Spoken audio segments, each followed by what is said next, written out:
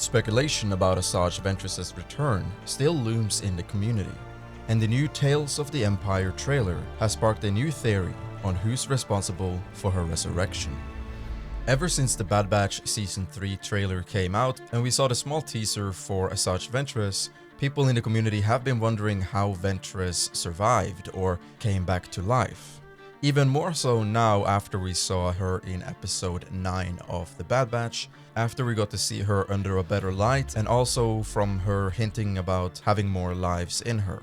I'm not entirely sure what that's supposed to mean yet, but it's an interesting little hint to the community for something we'll find out later in this series or at another point in another Star Wars project. But the fact of the matter is, again, we don't really know how she survived or came back to life. And this is where I have a theory about how she might survive based on some new things that we saw in the Tales of the Empire trailer. In the Tales of the Empire trailer, there is a heavy focus on Barriss Offee, but also Morgan Elsbeth. And Morgan Elsbeth is one of the two leading characters in Tales of the Empire. And her story will be broken into two different periods in the Star Wars timeline. One closer to the massacre of the Nightsisters, where General Grievous attacked Dathomir, and the other period will be when she's a little bit older and she's associating herself with the Empire and more specifically Thrawn. But what stood out to me after reviewing the Tales of the Empire trailer a few times is the time period when General Grievous attacks Dathomir, which takes place in the year 20 BBY. During this phase, General Grievous goes to Dathomir and wipes out the majority of the Nightsisters and also destroy a lot of their houses and homes in order to bring basically the entire Nightsister faction to ruin. The point was to ultimately show dominance and also eradicate them from the galaxy, because obviously Palpatine thought they were a liability for his larger scope and vision for the Galactic Empire. So in Tales of the Empire, we'll definitely see more of this event, at least that's what it looks like from the trailer, and how Morgan Elsbeth is a victim of this massacre.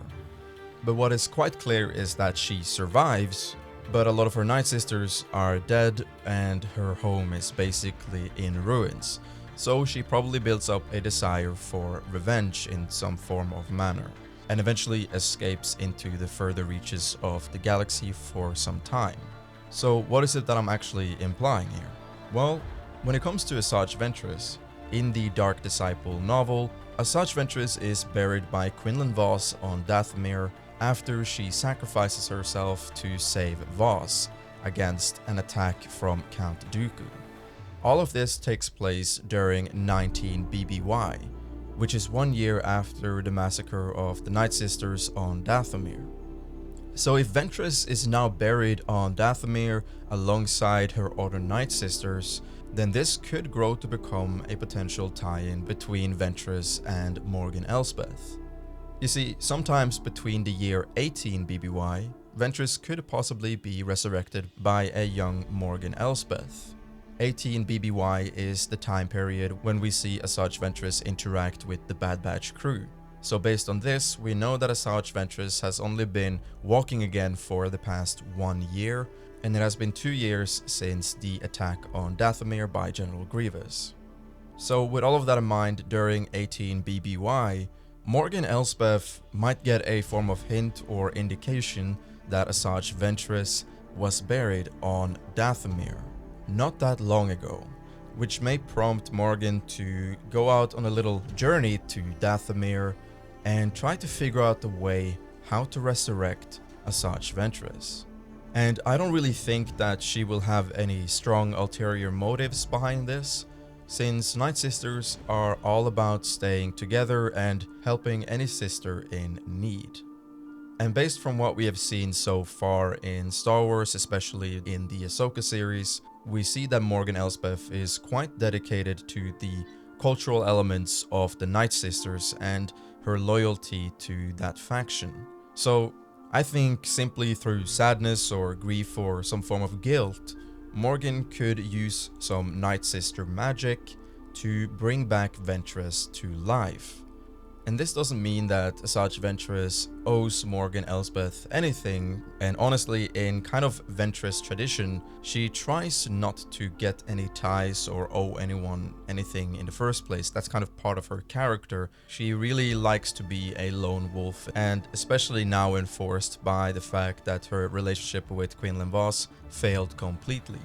So, one of the reasons I think this could be a possible approach for Morgan Elsbeth to also show a little bit of her softer and brighter side while she spends a lot of her time indulging in the idea of getting revenge, or vengeance for that matter, depending on the perspective.